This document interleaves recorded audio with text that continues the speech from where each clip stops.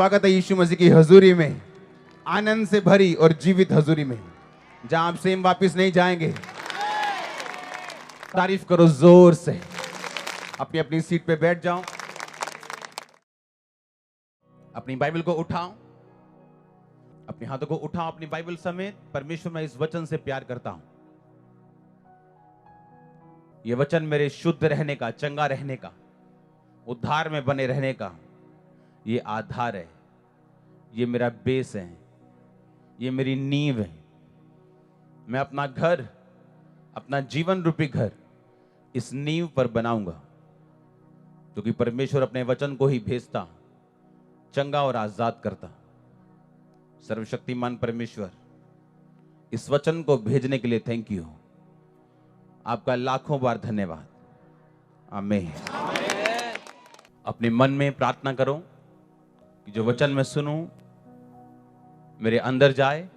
कोई दुख, कोई अटैक इस वचन को सुनने और मानने से मुझे रोक ना पाए। मांगो अपने हार्ट में प्रार्थना करते हुए, दिल में प्रार्थना करते हुए, प्रभु यीशु मसीह के नाम में। दूसरा पतरस 1 उसकी 1 और 2 आयत।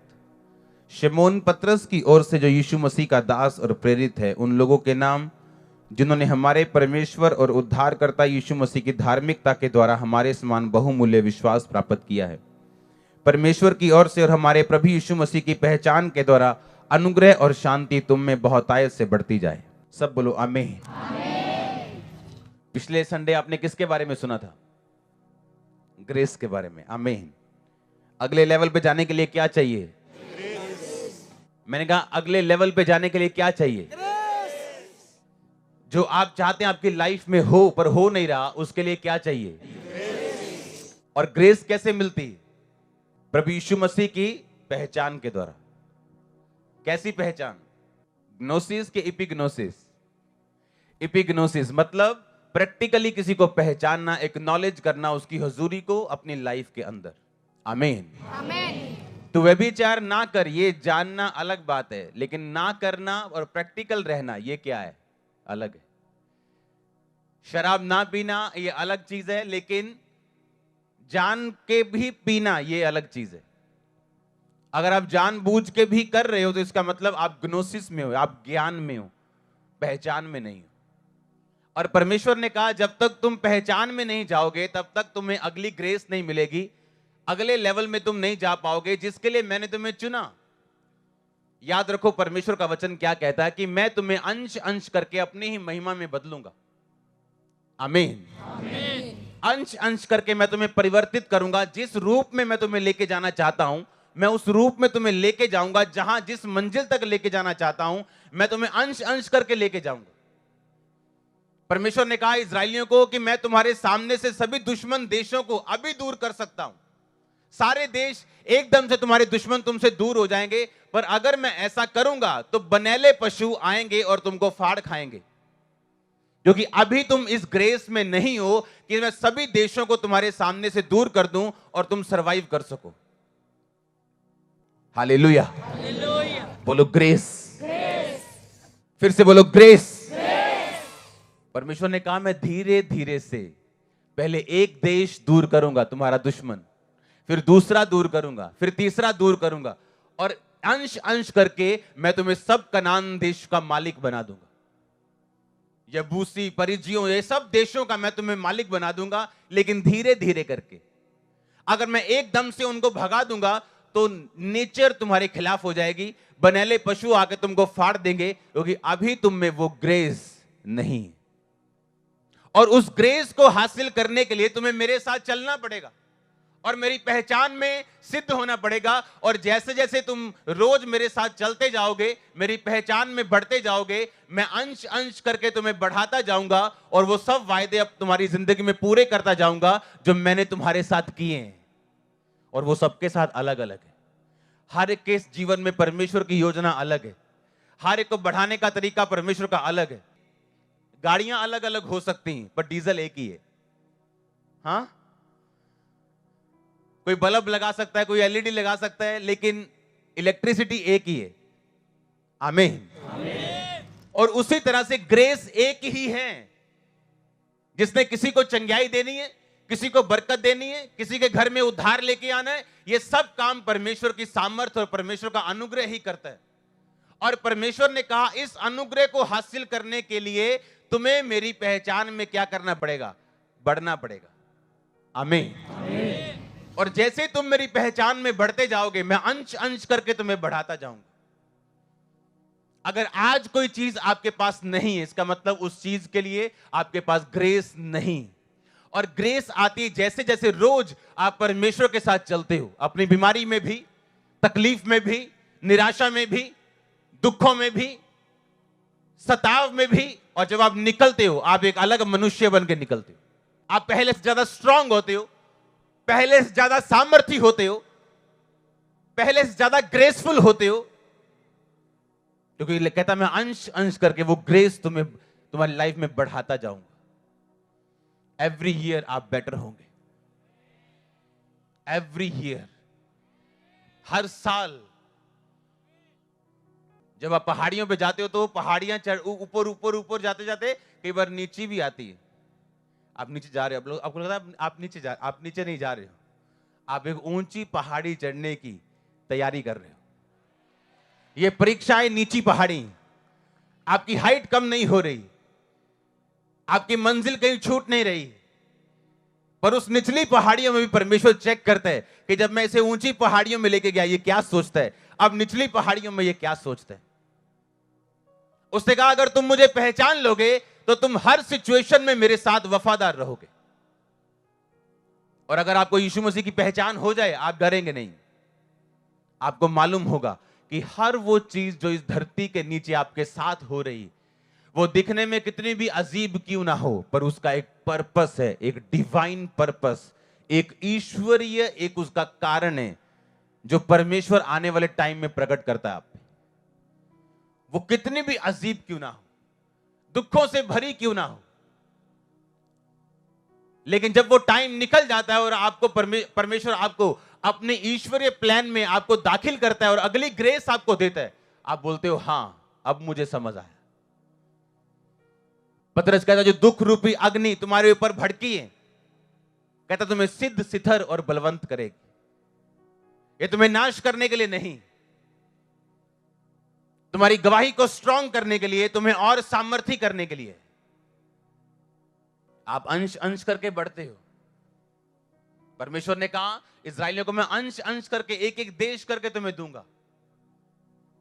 तुम एकदम से इसे संभाल नहीं सकते हो, तुम्हें मेरे साथ चलना पड़ेगा, सिद्ध होना पड़ेगा, मेरी पहचान में बढ़ना पड़ेगा।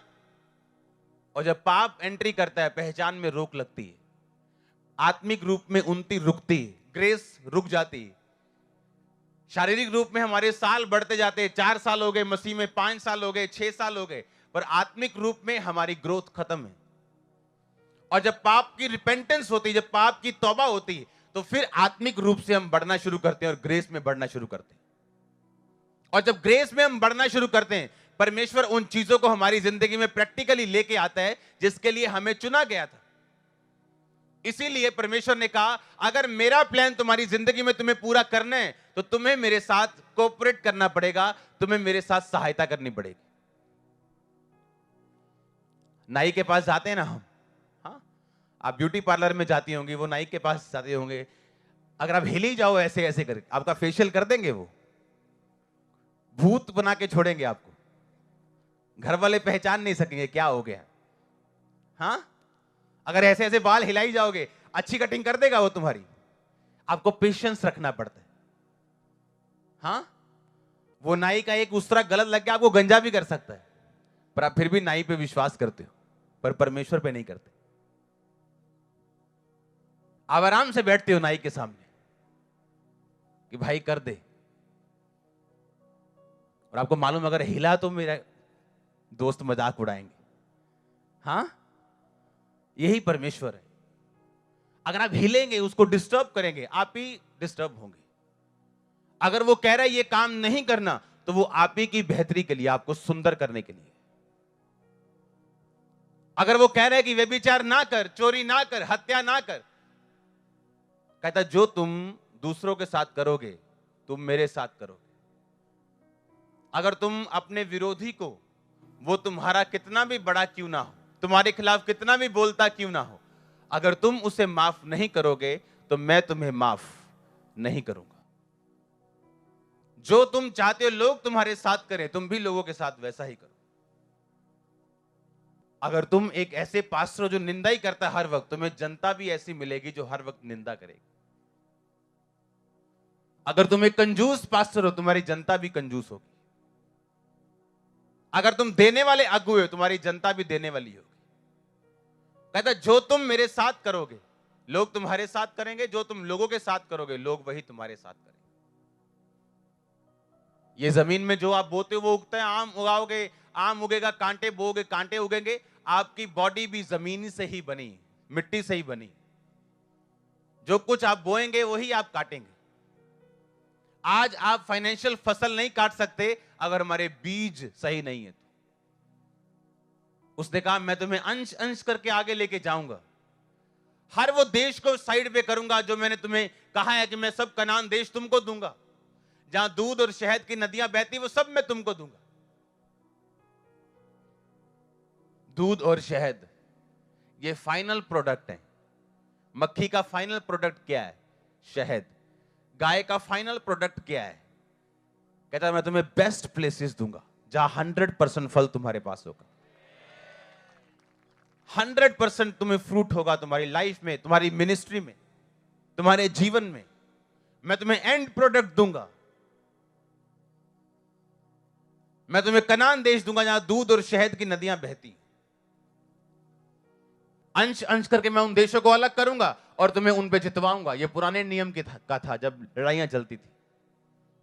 वो क्यों चलती थी? अगर ना चलती तो यीशु मसीह का वंश ही ना आता, उन्हें मार दिया जाता। अगर परमेश्वर कहता कि दुश्मन से प्यार करो, तो यीशु मसीह का वंश को लेके आने के लिए धरती पर उन्हें फाइट करनी थी अपने वंश को बचाने के लिए। ये रीजन था। लेकिन आज हम उसमें नहीं जा रहे। बोलो ग्रेस। क्या चाहिए आपको? कैसे मिलेगी? पहचान से, प्रैक्टिकली पहचान। छोटी बातों में। किसी ने गाली निकाली, तुम्हारा गाली निकालने का दिल कर रहा है, अगर तुम यीशु मसीह को पहचानते हो तुम नहीं निकालोगे। अगर सिर्फ जानते हो तो निकालोगे। अगर ज्ञान में हो तो निकालोगे, अगर प्रैक्टिकल ज्ञान में, एपिग्नोसिस में हो तो नहीं निकालोगे। और इस तरह से रोज तब जब तुम प्रैक्टिकली लागू करोगे परमेश्वर के वचन को अपनी लाइफ में, ग्रेस ग्रो करेगी। वो ग्रो करेगी day by day by day, और वही ग्रेस तुमको आगे लेके जाएगी। उसने कहा अनुग्रह और शांति तुम पर बहुतायत से होती जाए। एक परमेश्वर का ऐसा प्रेरित जिसे कलीसिया का खंबा समझा जाता था, वो कह रहा है कि अनुग्रह और शांति तुमको मिले। उसने और कोई ग्रीटिंग नहीं दी, बस कहा अनुग्रह मिले और क्या मिले। क्यों? अगर आपकी लाइफ में शांति नहीं, आप परमेश्वर के साथ कभी भी सीधे नहीं चल सकते, नेवर। अगर आपकी लाइफ में पीस नहीं, लोगों को लगता है जब हम घूमने जाएंगे ना, जब हम अच्छा सा समंदर देखेंगे, पहाड़ देखेंगे, हमें शांति मिलेगी। वो शांति नहीं, वो टेम्परेरी सुकून है जो आपको किसी भी चीज से मिल सकता है। घूमने से मिल सकता है, इधर उधर जाना, कुछ देख लेना। शांति किसे कहते हैं और ये क्यों जरूरी, मैं आपको बताना चाहता हूं। ऐसा पॉसिबल है कि आपके चारों ओर शांति हो और आपका दिल अशांत हो, तो वो किसी काम की नहीं। यीशु मसीह ने कहा मैं तुम्हें अपनी शांति देता हूं, वो शांति नहीं जो संसार तुम्हें देता है। संसार कौन सी देते हैं? पिक्चर देख ली शांति आ गई, घूमने चले गए शांति आ गई, कुछ रेस्टोरेंट चले गए शांति आ गई। ये वो वाली शांति है। यीशु मसीह ने कहा मैं तुम्हें ये वाली शांति नहीं देता, ये सबके पास है। मैं तुम्हें वो देता हूं जो किसी के पास नहीं। कहता है मैं तुम्हें अपनी शांति देता हूं। प्रॉब्लम पता है कहां है? क्यों एक इंसान परमेश्वर से दूर हट जाता है, पाप में चला जाता है? जब पीस खत्म होता है दिल का, जब शांति खत्म होती। क्यों? क्योंकि लिखा शैतान चुराने के लिए आता है। वो तुम्हें बताता है देख तू चंगी नहीं हुई अभी तक, आपकी शांति खत्म हो जाती है अंदर से। तू क्रिश्चियन है, अच्छा तू क्रिश्चियन है, तेरे साथ इतनी मुसीबतें क्यों हैं? आपका पीस खत्म करने के लिए। यहूदा का पीस खत्म हुआ तो वो सुसाइड करने चला गया। उसकी शांति खत्म हुई तो वो आत्महत्या करने चला गया।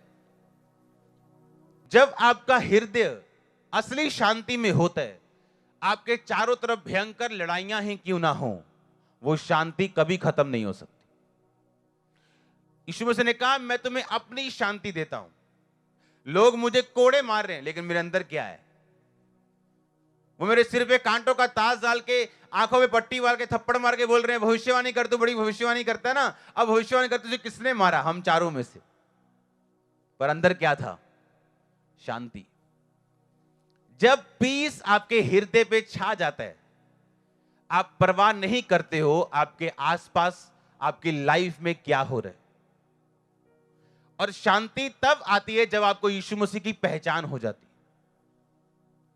जब आपको यीशु मसीह की पहचान हो जाए, अगर पौलुस को यीशु मसीह की पहचान हो गई थी और लिखा उसके शरीर में एक प्रॉब्लम हो गई, प्रभु को बोला, परमेश्वर ये बीमारी दूर कर, बीमारी दूर कर, ये बीमारी। परमेश्वर ने कहा, मेरा फजल ही तेरे लिए। और जब उसने ये समझा, उसके दिल में क्या आ गई? अब प्रॉब्लम तो शायद तब नहीं गई, थोड़े दिन बाद गई होगी, लेकिन शरीर में, आत्मा में क्या आ गया? पीस। जब चारों ओर दुख हो और आप यीशु मसीह की पहचान में हो, तो आप सोचेंगे कि जब मैं यीशु मसीह में नहीं था तो भी तो इतने ही दुख थे, हाँ, अगर अभी भी हैं तो क्या फर्क है? कम से कम मैं स्वर्ग तो जा रहा हूं। शांति, मैं स्वर्ग में तो जा रहा हूं। क्या ये पीस? हाँ, है कि नहीं? ये पीस है। और जब आप रियल पहचान जाते हो यीशु मसीह को, शैतान आपका पीस खराब नहीं करने पाता। कौन है जिसने बड़े बड़े मिरेकल्स किए यीशु मसीह के लिए? जिनका हृदय शांत है। अगर आपका हार्ट शांत नहीं है तो बड़ी सामर्थ्य के आप हकदार नहीं है, बाइबल ऐसा कहती है। शांत मन तन का जीवन है। मन के जलने से हड्डियां भी जल जाती। जब आप यीशु मसीह, कहता है यीशु मसीह की पहचान के द्वारा अनुग्रह और शांति तुम में बहुतायत से बढ़ती जाए। जब पीस आपके अंदर होता है, आप कोई गलत स्टेप नहीं उठाते हो। गलत स्टेप तब उठाते हो जब शांति भंग हो जाती। आपको लगता है नहीं, मुझे फलाने बाबे के पास जाना चाहिए हीलिंग के लिए, क्योंकि आपकी शांति खत्म हो चुकी। आप यीशु मसीह को जानते तो हो, पर पहचानने से इनकार कर रहे हो। अगर आप पहचान जाओ यीशु मसीह को, तो वो शांति आपके अंदर रहेगी। तू चंगा कर या ना कर, तू मेरा। वो पीस आपके अंदर है। क्यों? आपको अगला एक लेवल दिख रहा है कि आप स्वर्ग जा रहे हो। आप स्वर्गीय नगर में जा रहे हो, जहां कोई दुख नहीं, जहां कोई बीमारी नहीं, जहां कोई कलेश नहीं। तो ये पीस आपके अंदर आता है। और जब परमेश्वर देखता है ऊपर से, अंदर से आपको, वो देखता है कि ये पीस में चल रहे हैं और ये शांति में। अगर थोड़ी सी अशांति आपके बाल खराब कर सकती है, आपका मुंह खराब कर सकती है, तो सोचो आत्मिक अगर आपकी अशांति होगी तो आपका क्या क्या खराब कर देगी। और जब परमेश्वर देखता है कि ये बंदा शांति में चल रहा है, इसको कोई फर्क नहीं पड़ता इसके आसपास क्या होता है, वो आप पे और ग्रेस देता है और विश्वास करता है। आप पे अगले लेवल का मसा वो दे सकता है, क्योंकि उसे मालूम है आप एक शांत व्यक्ति हो। शांत व्यक्ति का मतलब ये नहीं कि आप ऊंचा नहीं बोल सकते। No no no no. कुछ बंदे बड़े चुप रहते हैं, पर अंदर इतने गड़बड़ होती है उनके, वो कुन्ने मुन्ने से जो अंदर से वो, समझ रहे ना। और कुछ लोग बड़े बोले होते पर अंदर क्या होते? शांत। उन्हें मालूम है क्या करना है। आमीन। अगर आपको यह विश्वास है आपका हिस्सा कोई छीन नहीं सकता, आपके अंदर क्या रहेगा? कोई आपके खिलाफ बोले, आपके अंदर क्या रहेगा? क्योंकि आपको मालूम है तू मेरा एक तिनका भी छीन नहीं पाएगा। मतलब एक दरी तो बहुत दूर की बात है, यहां पराली का एक छोटा तिनका भी तुम उससे छीन नहीं पाएगा। तो अंदर क्या रहेगा? फिर आप घबराएंगे नहीं, आप कोई ऐसा स्टेप नहीं उठाएंगे, खिलाफत के बदले में खिलाफत नहीं करेंगे, किसी की प्लानिंग प्लॉटिंग के बदले में प्लानिंग प्लॉटिंग नहीं करेंगे। आपके अंदर क्या है? आपको मालूम है आप कहां खड़े हैं, प्रभु आपके साथ, आपको मालूम होगा। और यही पीस शैतान खराब करना चाहता है। यीशु मसीह को परखा उसने इसी कारण कि अगर तू परमेश्वर का बेटा, अगर मगर करके उसने पीस खराब करने की कोशिश की। और एक बार पीस खराब हुआ आपके दिल में तो डिसीजन रॉन्ग होने शुरू होते हैं। एकदम से परमेश्वर के साथ जो राइट स्टैंडिंग है हमारी वो खत्म हो जाती। सोचने की, डिसीजन लेने की, फैसले लेने की क्षमता जो परमेश्वर के लिए होनी चाहिए वो खत्म हो जाती। और एकदम से दिमाग चेंज हो जाता है परमेश्वर के प्रति जब शांति खराब होती। हालेलुया। एक शांति है जो शैतान टेम्परेरी आपकी खराब करता है कुछ देर के लिए, पर आप फिर से यीशु मसीह की पहचान में जाते हो और आप फिर से आ जाते हो। कितने समझ रहे हैं आज का वचन? परमेश्वर ने कहा मेरी पहचान के द्वारा और मेरे पिता की पहचान के द्वारा अनुग्रह और शांति तुम में बहुतायत से बढ़े। जितना अनुग्रह होगा, उतनी ग्रेस जितनी होगी, उतना बल होगा, उतनी सामर्थ होगी, और जितनी शांति होगी तुम उतने मजबूत रहोगे। यीशु मसीह ने कहा मैं अपनी शांति तुम्हें देता, वो शांति नहीं जो संसार तुम्हें देता है। मैं शांति का राजकुमार हूं। वो शांति जो मैं तुम्हें देगा कोई नहीं दे सकता, कोई भी नहीं। वो शांति जो मैं तुम्हें दूंगा। हालेलुया। ऐसे लोग हुए जिनके बच्चे, अच्छा बिजनेस है, सेहत है, लेकिन शांति नहीं है दिमाग में। संन्यास ले लेते शांति प्राप्त करने के लिए, लेकिन उन्हें मालूम नहीं शांति कहां है। ठोक बजा के बाइबल कहती है मांगो तो दिया, मैं शांति का, स्वर्ग का दरवाजा, मैं भेड़ों का। यीशु मसीह ने ठोक ठोक के बोला है, ऐसे नहीं बोला कि देख लो तुम, तब मैं हूं, मैं परमेश्वर हूं, मैं परमेश्वर का एक लौता देहधारी हूं, स्वर्ग का दरवाजा मैं हूं, भेड़ों का द्वार मैं हूं। सब कुछ परमेश्वर ने खुलेआम कहा। बोलो अनुग्रह और शांति।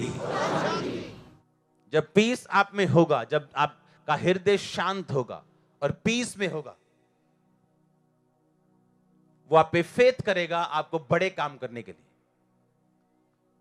वो विश्वास, वो शांति आपको उस नदी में, उस आग में जिससे आप होकर गुजर रहे हो, आपकी हेल्प करेगी।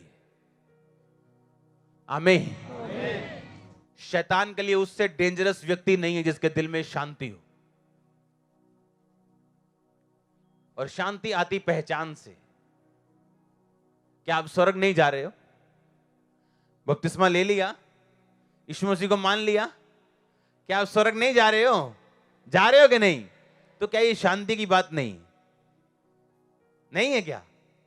ऐसे स्वर्ग में हम एक दूसरे को देखेंगे। मैं जानता हूं ये आगे बैठता था, ये पीछे बैठता था वहां हम ऐसे, हमें मालूम होगा हम कौन हैं। आपको मालूम है स्वर्ग में कुछ भी चीज हमें भूलेगी नहीं, हमारी मेमोरी खत्म नहीं होगी, हमें सब याद होगा, एवरीथिंग। कितनी रूहें बचाई हमें मालूम होगा, तो कितनी आपने बचाई आपको मालूम होगा। अगर आप विश्वासी हैं सच्चे वाले, आप रूहें बचाएंगे। आप अकेले चर्च में आ रहे हो बिना किसी को बताए, आप पूरे विश्वासी नहीं हो। आपके द्वारा कोई नहीं बचा, अभी आप पूरे विश्वासी नहीं हो।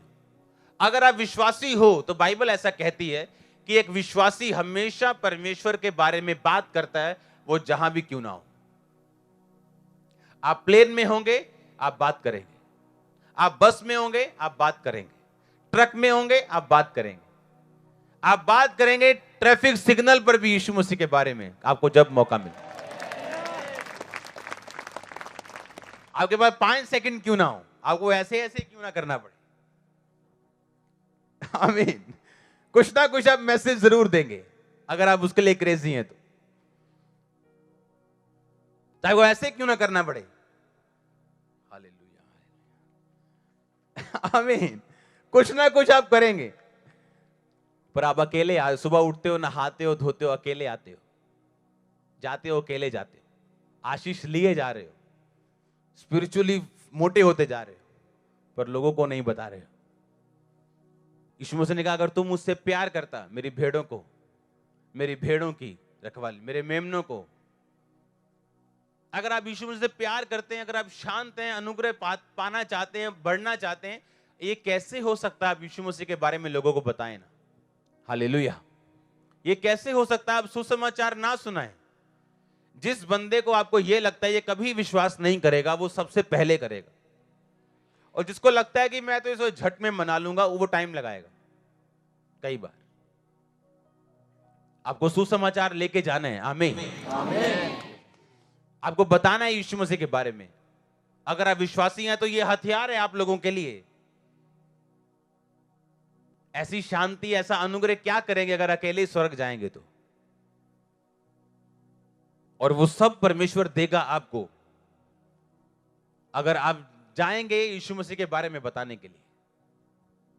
कई ऐसे विश्वासी हैं जो अपने बच्चों के लिए रो रहे हैं 5 साल से 10 साल से, लेकिन उनकी प्रार्थना सुनी नहीं गई। क्यों? कभी दूसरों को मरते हुए बच्चों को नहीं बचाया। एक बात मुझे समझाई गई थी, जब मेरी चंगाई नहीं हो रही थी, जिस हीलिंग मिनिस्ट्री में आप बैठे हो वो बिना हीलिंग के शुरू हुई थी, और मुझे एक ही बात समझाई गई थी कि जिस नल से पानी निकलता है, अगर वो नल अपने आप को समर्पित कर दे पानी निकालने के लिए, तो क्या वो खुद सूखा रहेगा? अगर लोग पिएंगे तो क्या नल सूखा रहेगा? तो मैंने फैसला किया था कि ठीक है परमेश्वर, अब मैं लोगों को तेरा वचन बताऊंगा, उनको हील तेरे नाम में करूंगा, प्रार्थना करूंगा, तो मैं खुद भी हील हूंगा। और ऐसे हुआ हूं मैं। आमीन।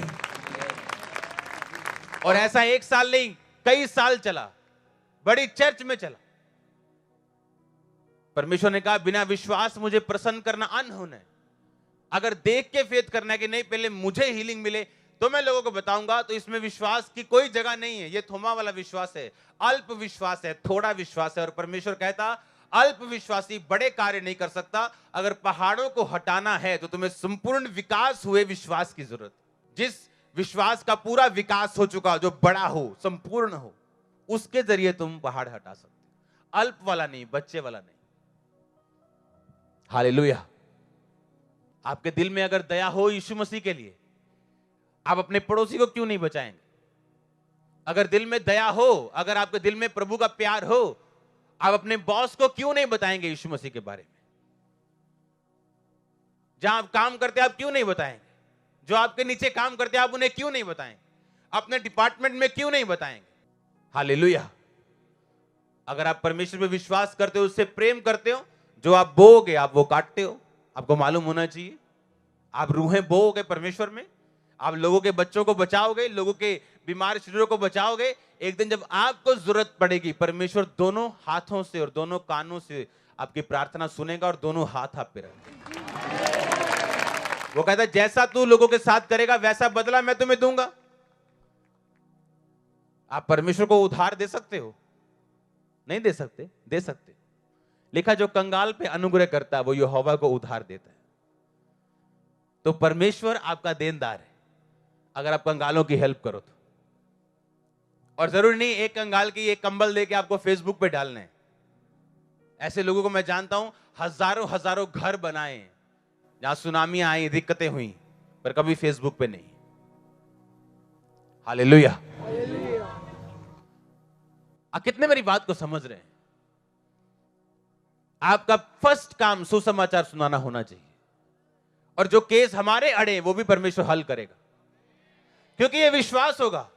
ये प्रभु के सामने एक विश्वास वाली चीज है कि अभी मेरा हल बाकी है, लेकिन मैं लोगों के हल कर रहा हूं, और आज मेरा भी हल हो चुका, सालों हो चुके हैं। क्यों? लिखा विश्वास के जरिए तू सब कुछ कर सकता है। औरत परमेश्वर के पास आई, बोला मेरी बेटी से दुष्ट आत्मा निकाली। यीशु मसीह ने कहा नहीं, मैं नहीं निकालूंगा, जा। बेटों की रोटी कुत्तों को नहीं डालूंगा। मना कर दिया हीलिंग करने से, मना कर दिया हीलिंग करने से, नहीं करूंगा। उस औरत ने कहा कुत्ते भी वही चूर चार खाते जो तेरी बालकों की मेज से गिरता है। यीशु मसीह ने कहा इस बात के कारण चलिए, तेरा विश्वास बड़ा है, दुष्ट आत्मा तेरी बेटी को छोड़ के जा चुकी। और लिखा जब वो घर गई दुष्ट आत्मा उसमें नहीं था।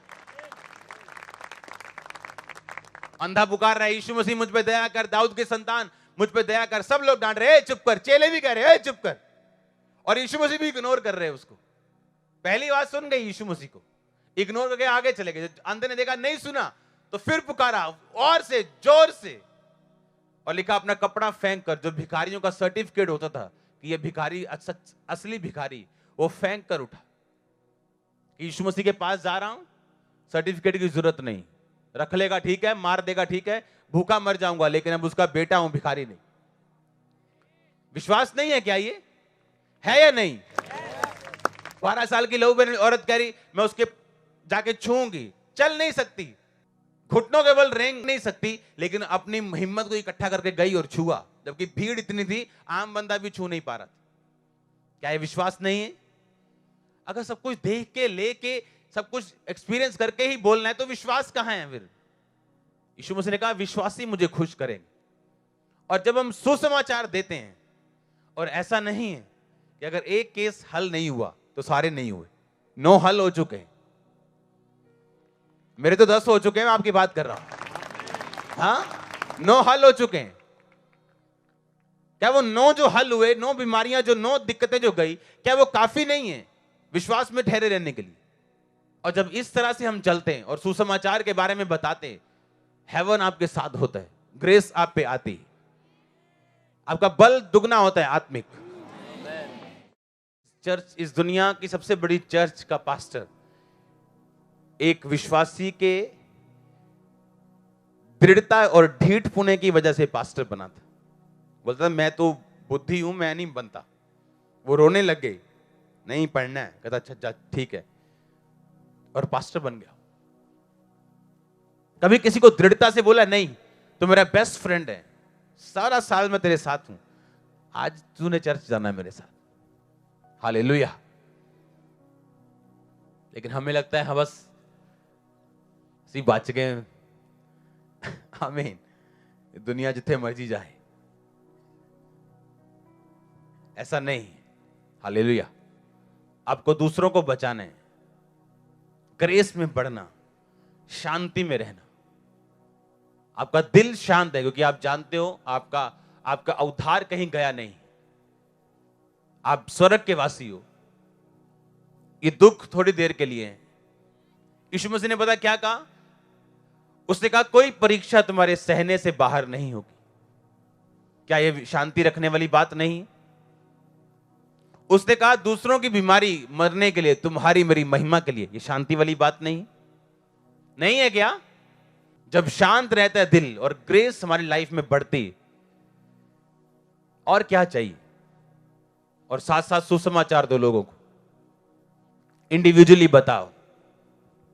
हर रोज 13,000 से लेके 19,000 लोग इस चर्च में, इस चर्च के द्वारा 13 से 19,000 लोग इंडिविजुअली, अकेला अकेला सुसमाचार सुनते हैं इवेंजलिस्ट टीम के द्वारा। एवरी डे, रोज 19,000 लोग यीशु मसीह के बारे में सुनते हैं,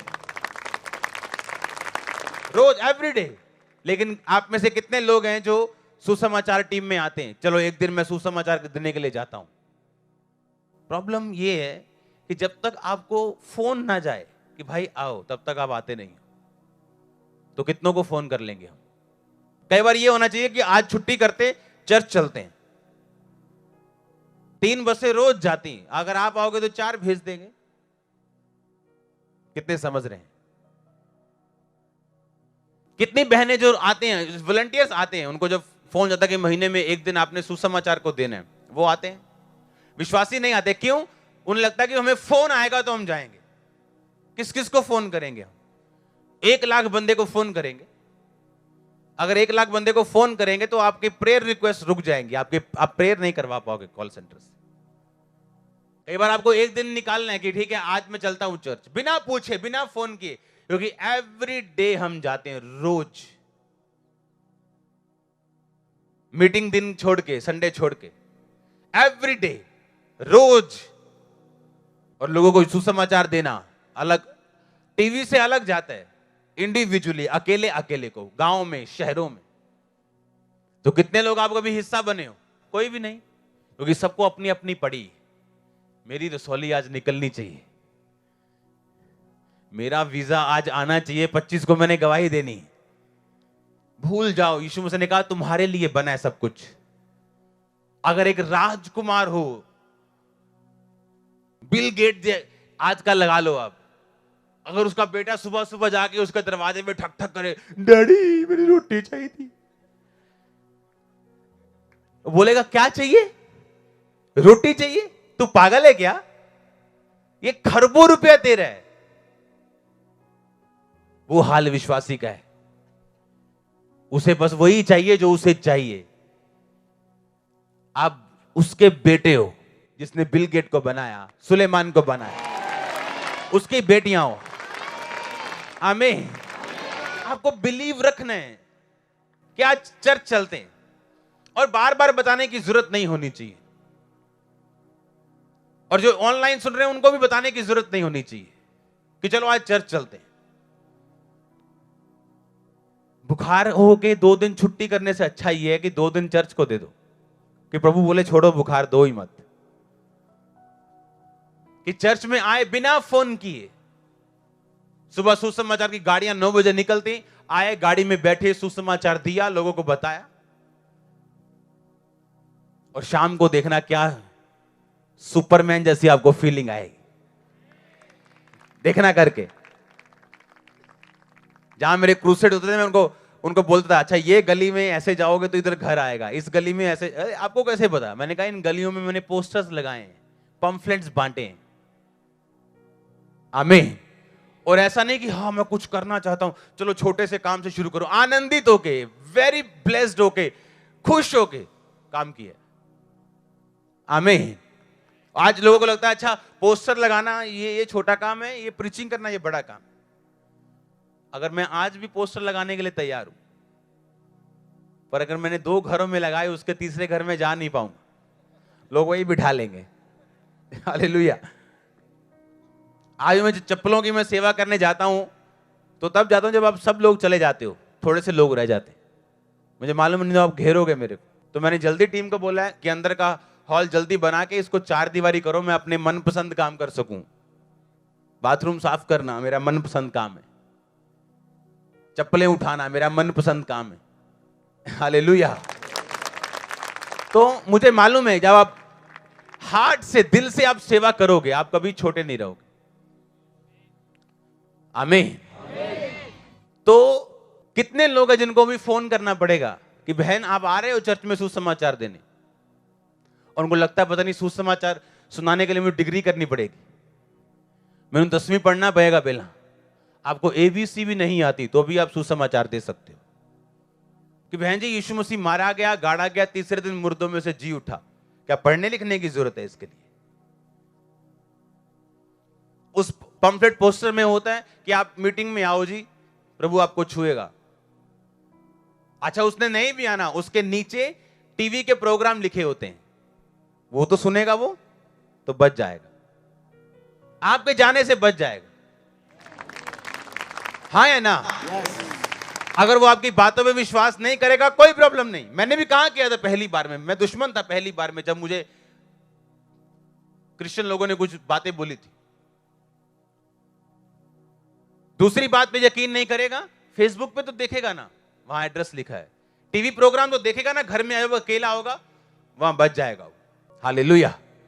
पर आपको फोन करना पड़ता है, आओ जी चर्च में, क्योंकि इवेंजलिस्ट टीम तो रोज जाती है। रोज अगर 13,000 सुन रहे हैं तो 13,000 क्यों? क्योंकि आप शामिल नहीं हो। आप शामिल होंगे, मेरा विश्वास है 1 लाख रोज सुनेंगे, रोज 1 लाख इंडिविजुअल सुसमाचार देना किसी को, 1 लाख लोगों को रोज आप सुसमाचार देने के लिए आएंगे रोज, मेरा विश्वास है। एक बंदा मुझे याद है, आज से कुछ साल पहले उसके फादर को अटैक हुआ एक, और वो पागलों की तरह करने लगा एकदम। और उसके बाद उसकी थोड़े हॉस्पिटल में गए, इलाज चला, डेथ हो गई।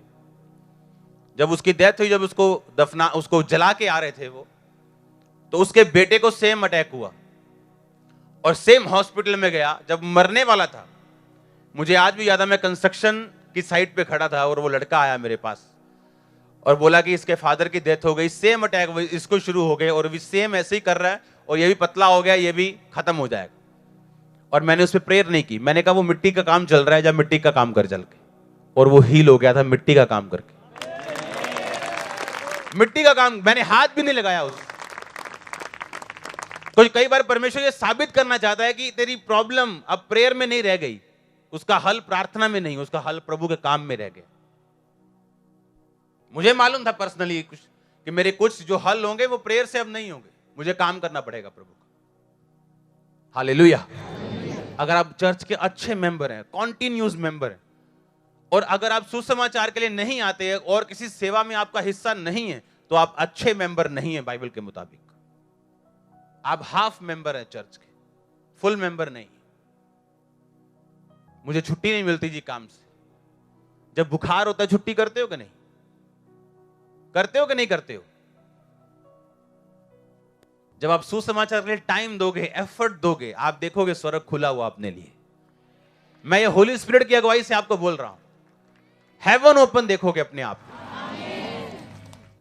और आप देखना क्या सुपरमैन फीलिंग आती है आपको जब शाम को आप वापिस आओगे। आपकी टांगे बोल रही होंगी चलो बैठ जाते हैं, दिल बोल रहा होगा चलो और कुछ करते हैं। आमीन। आप तैयार हो सुसमाचार देने के लिए? क्योंकि ये सिर्फ वो चर्च नहीं होनी चाहिए जो आए और सिर्फ हीलिंग ले और 7 दिन बाद अपनी शक्ल दिखाए और थर्सडे आ जाए कभी कभी, चलो आज थर्सडे भी चलते हैं खुदा पे एहसान करने के लिए। नो, मेरी और आपकी ड्यूटी है सुसमाचार देना। हाथों को उठाओ। Thank you Jesus. ग्रेस, शांति मेरे जीवन में आए तेरी पहचान के द्वारा, और सुसमाचार में मैं हिस्सा दूं। अपने हाथों को उठाओ। थैंक यू जीसस बोलते हो।